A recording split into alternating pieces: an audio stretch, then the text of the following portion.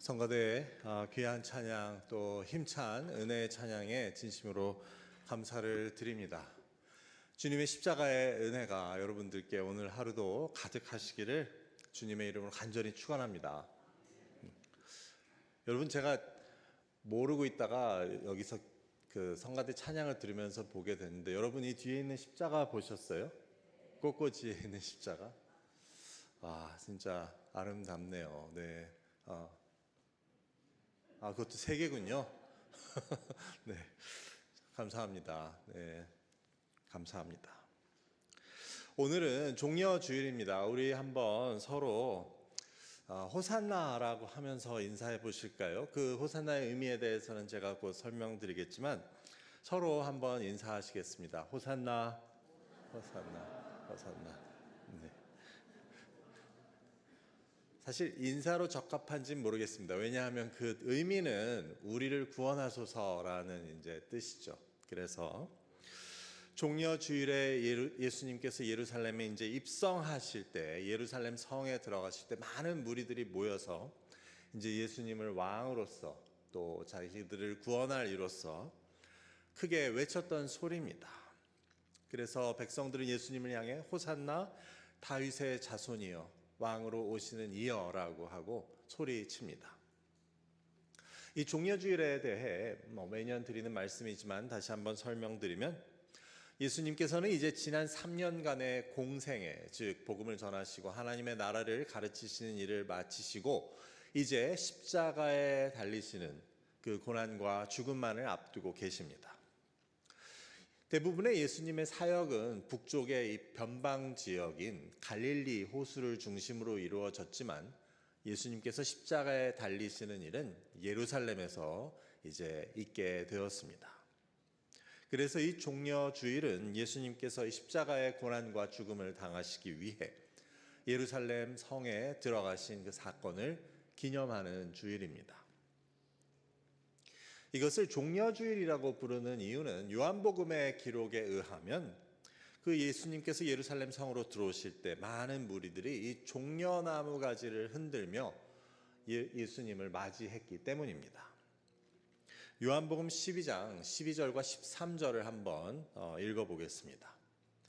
그 이튿날에는 명절에 온 큰 무리가 예수께서 예루살렘으로 오신다는 것을 듣고 종려나무 가지를 가지고 맞으러 나가 외치되 호산나 찬송하리로다.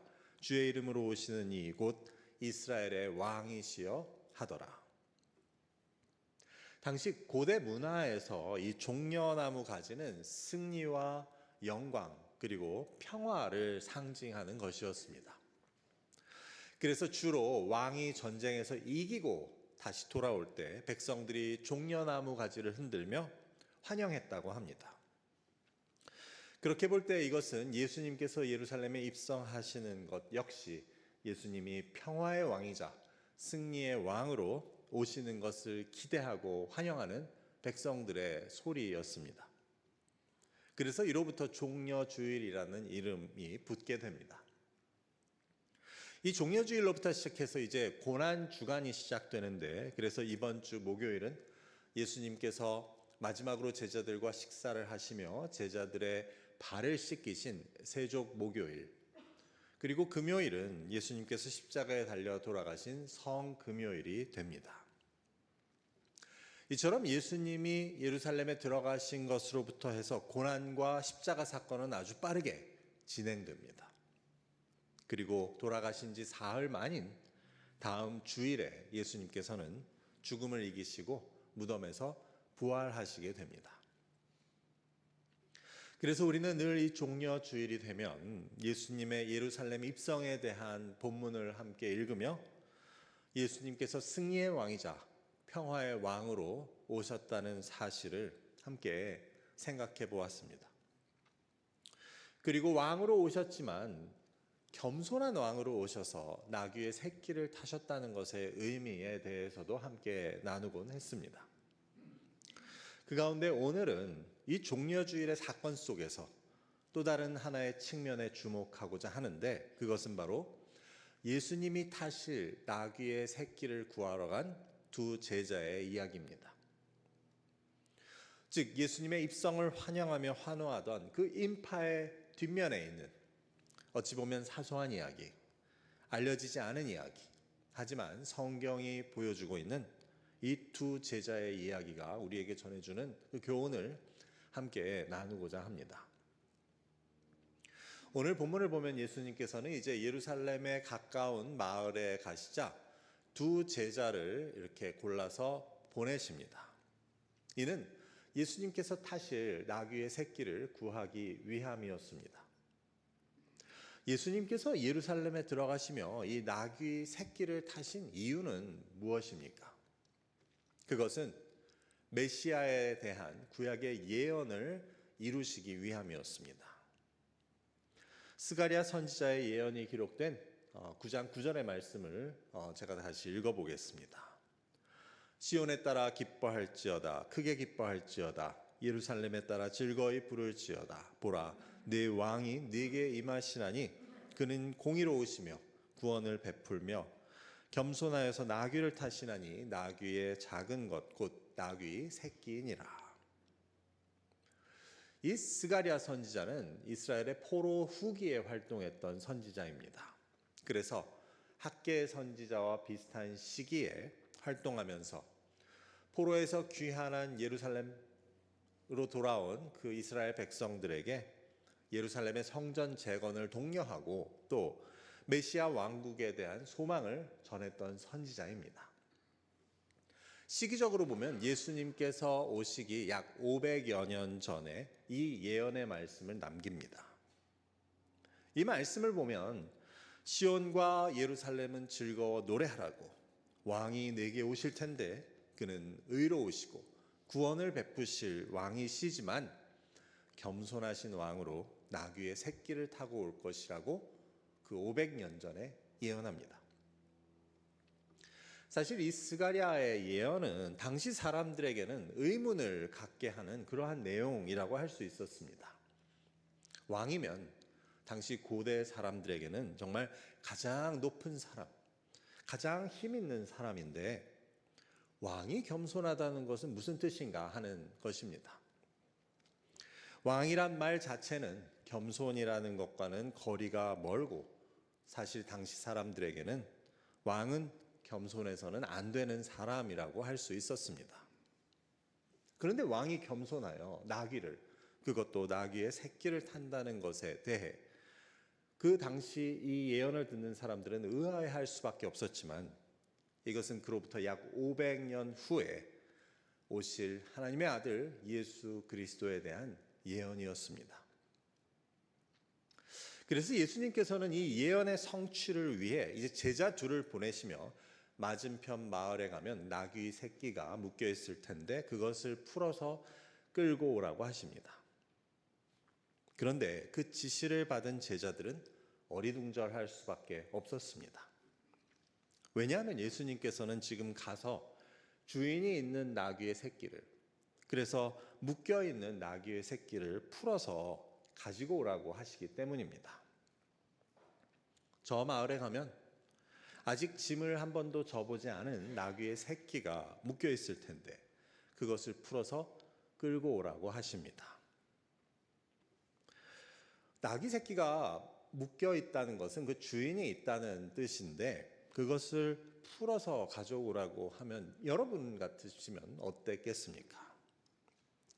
오늘로 쳐서 한번 생각해 보면 예수님께서는 겸손하셔서 자동차가 아닌 자전거를 타고 다운타운에 들어가시겠다고 하는데 예수님께서 여러분에게 저쪽 길 건너편에 가면 아직 아무도 타보지 않은 새 자전거 하나가 묶여 있을 테니 가서 그것을 풀어서 가지고 오라고 하면 여러분은 어떠셨겠습니까?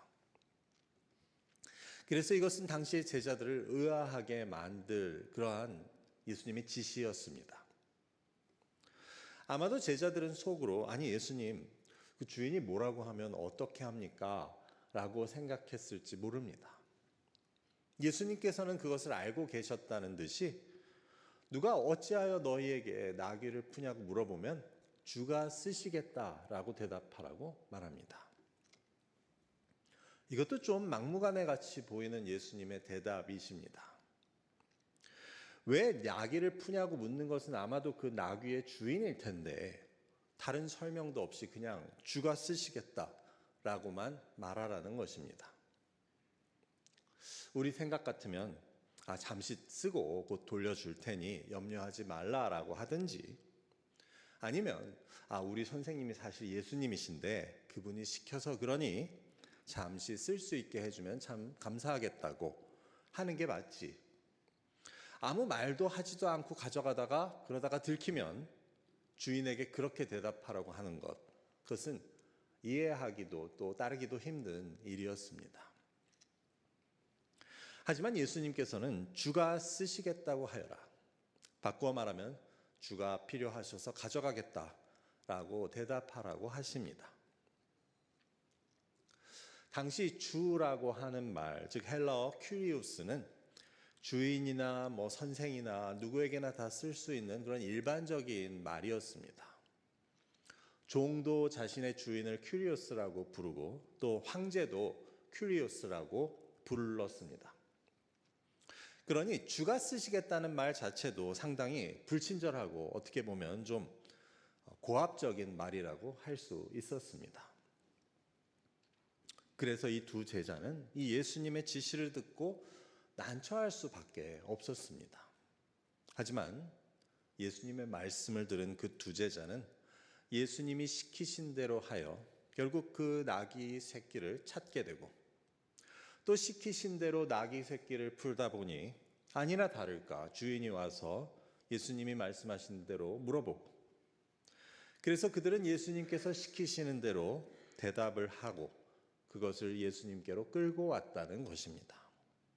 풀고 와서 그 나귀 새끼 위에 자신들의 겉옷을 펴서 걸쳐놓고 예수님이 타게 하십니다. 오늘 이 종려주일에 대해서 설명하며 말씀드렸듯이 지금 우리가 보고 있는 이 내용은 어찌 보면 종려주일 사건의 중심에 있는 이야기 같지는 않습니다. 종려주일의 중심에는 예수님께서 예루살렘에 들어가시는 것과 또 그 좌우에서 환호하는 그 백성들의 모습이 그 중심에 있는 것 같이 여겨집니다. 예수님께서 나귀의 새끼를 타신 것도 한편으로는 구약의 예언을 이루기 위해 중요한 일이라고 할 수 있지만, 그 나귀 새끼를 어떻게 구하게 되었는지는 어떻게 보면 주변적인 이야기, 이 사건의 중심이라고 여겨지지는 않습니다. 하지만 우리는 오늘 본문이 이 내용, 즉 예수님이 타실 나귀의 새끼를 두 제자가 구해오는 이 장면에 최소 7절에서 8절까지의 지면을 할애하는 것을 보게 됩니다. 이는 예루살렘 입성의 나머지 장면들, 즉 백성들의 환호나 이것을 듣고 바리새인들이 책망하는 일이나 이거를 다 합친 것이 겨우 4절에 불과하다는 사실과 비교됩니다. 다시 말해 오늘의 본문은 분명히 예수님께서 예루살렘에 들어가시는 장면에 있어서 이 나귀의 새끼를 구해 오도록 하는 이 이야기에 가장 많은 절수를 할애하고 있습니다. 우리가 보기에는 그냥 한두 절로 설명하고 말면 될 만한 이야기, 주변적인 이야기 같이 보이는 이 나귀의 새끼를 구해오는 일에 예루살렘 입성에 있어서의 어떤 가장 중요한 무게를 또 부여하고 있다는 것을 이 복음서의 기록이 보여준다는 것입니다. 자, 그렇다면 그 중요성은 과연 무엇입니까? 왜 이 이야기가 예수님께서 예루살렘에 들어가시는 장면에 있어서 메인이라고 할 정도로 큰 지면을 차지하는 그러한 이야기가 되고 있습니까? 답부터 말씀드리자면 그것은 오늘 설교의 제목이 보여줍니다. 즉 주께서 가시는 길을 위해 필요했던 순종의 모습을 이 두 제자의 이야기는 보여줍니다. 다시 말해 예수님께서 온 인류의 구원 사역을 위해 가시는 길에는 이 두 이름 모를 제자의 순종이 있었습니다.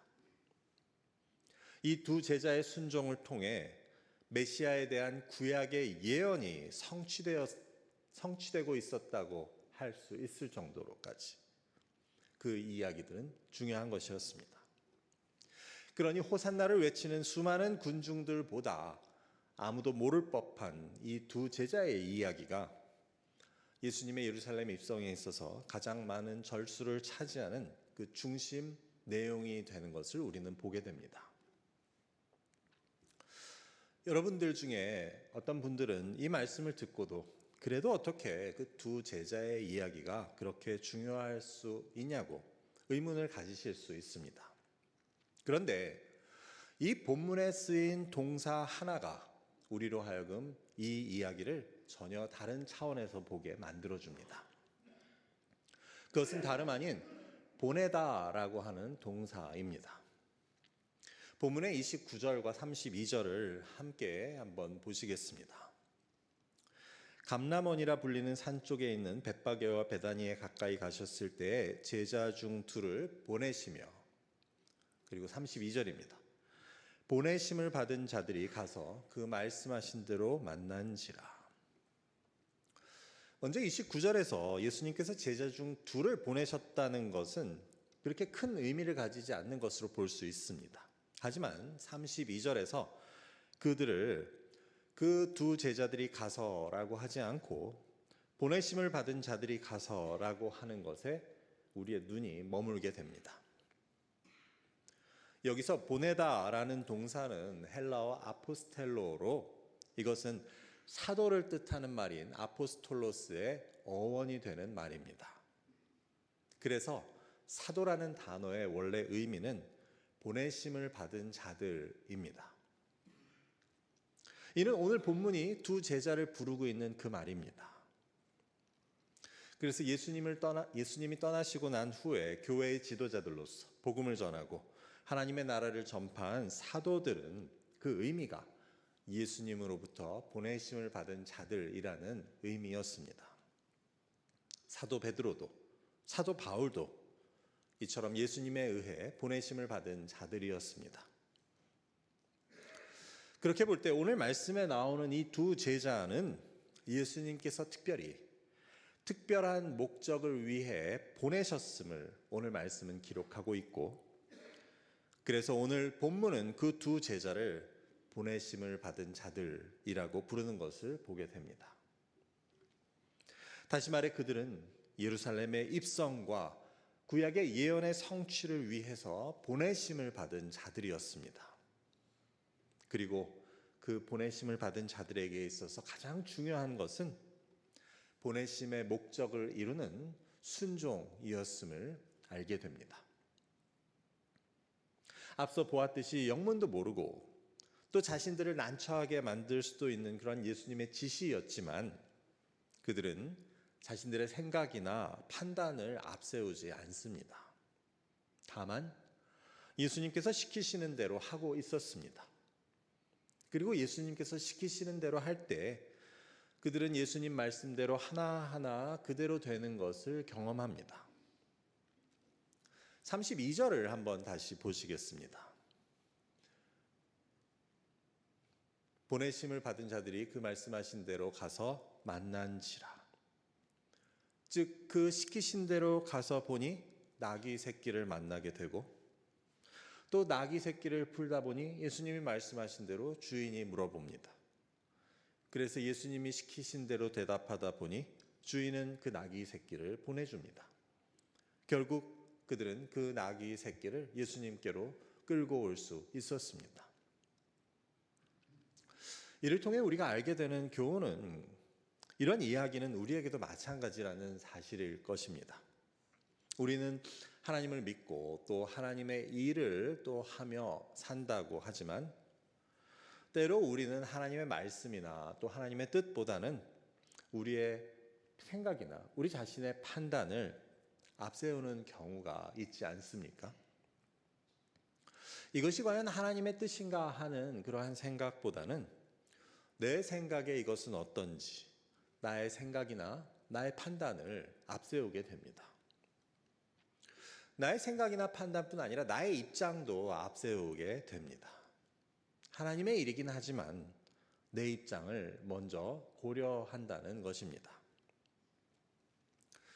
오늘 나오는 이 두 제자는 왜 생각이 없었겠습니까? 아니, 왜 하필이면 나귀도 아니고 나귀의 새끼를 풀어오라고 하시냐고. 그것도 주인에게 먼저 물어보고 하면 좋을 것을, 어차피 주인이 올 거라면 그냥 말도 없이 남의 나귀를 풀다가 이상한 사람으로 오해를 받게 하시지. 그리고 주인이 뭐라고 하면 그냥 주께서 쓰시겠다는 그런 무뚝뚝한 말을, 그게 대답이 되나? 정말 예수님께서는 난처한 일을 시키시네라고는 여러 생각이 들 수 있었습니다. 그래서 자신들의 입장이 난처해지는, 그래서 시키신 대로 하기가 꺼려지는 일이었습니다. 하지만 그 두 제자는 예수님께 묻지도 또 따지지도 않습니다. 그저 예수님이 보내시는 대로 가고 예수님이 시키시는 대로 하고 있었습니다. 그것이 두 제자의 모습이었습니다. 이런 그들의 모습은 우리에게 매우 중요한 사실을 알려줍니다. 이처럼 예수님께서 보내시는 대로 가고 예수님께서 시키시는 대로 하고 있는 그들을 성경은 보내심을 받은 자들, 즉 사도라고 부릅니다. 하나님의 일을 하는 사람에게 중요한 것은 이것입니다. 뭐 사도라고 해서 남들보다 특별하고 뭔가 영적인 능력이 있고 또 영적인 경험과 성경적인 지식이 뛰어난 것이 우선되지 않는다는 것입니다. 대신 하나님의 일을 하는 사람들에게 있어서 중요한 것은 하나님께서 보내시는 대로 가고 시키시는 대로 하는 것임을 오늘 말씀은 보여줍니다. 이것이 중요한 것은 하나님께서는 우리가 그대로 할 때 무엇이 어떻게 될지를 모두 알고 우리에게 시키시는 것이라는 사실입니다. 그래서 사도에게 있어서 하나님의 일을 맡은 자, 보내심을 받은 자들에게 있어 중요한 것은 영적인 능력이나 경험이나 남들과 다른 특별함이나 뛰어남도 아닙니다. 사도에게 있어서 가장 중요한 것은 바로 순종이라고 할 수 있습니다. 왜냐하면 사도라는 말의 정의가 보내심을 받은 자들인데, 보내심을 받은 자들에게 중요한 것은 보내신 대로 가는 것이기 때문입니다. 우리가 입장을 바꿔서 한번 예수님의 입장에서 생각해 보면 이렇지 않겠습니까? 예수님에게는 단지 보낼 사람이 필요하셨습니다.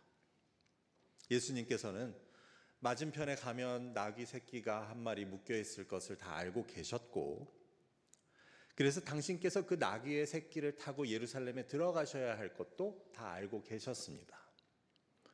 그리고 그 나귀 새끼를 풀어오려고 하면 주인이 나타나서 왜 풀어가냐고 물어볼 것도 알고 계셨고, 그 주인에게 그렇게 대답하면 주인이 보내줄 것도 알고 계셨습니다. 그러면 예수님께 필요한 것은 무엇입니까? 단지 보낼 사람이 필요했습니다. 그래서 보낼 사람이 나귀를 데려오는 데에는 다른 어떤 기술이나 자질이 필요한 것이 아니었습니다.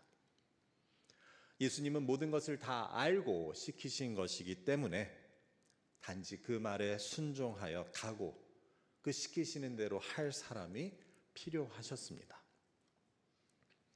이처럼 주의 길에는, 주님의 길에는 그 길을 위한 순종의 사람이 필요했고, 그래서 이것은 우리에게도 마찬가지입니다. 내가 하나님께 쓰임을 받고 하나님의 일을 하는 데에는 어떤 자질이나 어떤 다른 소양보다는 순종이 가장 중요합니다. 나의 생각이나 나의 판단 혹은 나의 입장을 앞세우지 않는 것이 중요합니다.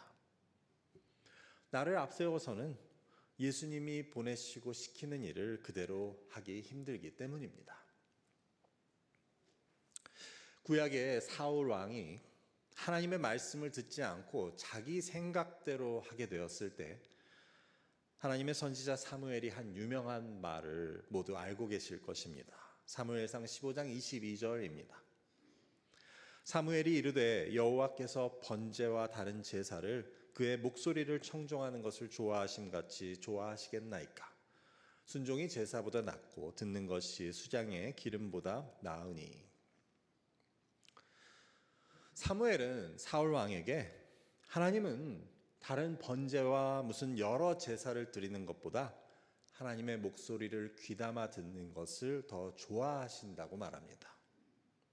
그래서 순종이 제사보다 낫고 하나님의 말씀을 듣는 것이 제물보다 훨씬 낫다고 말합니다.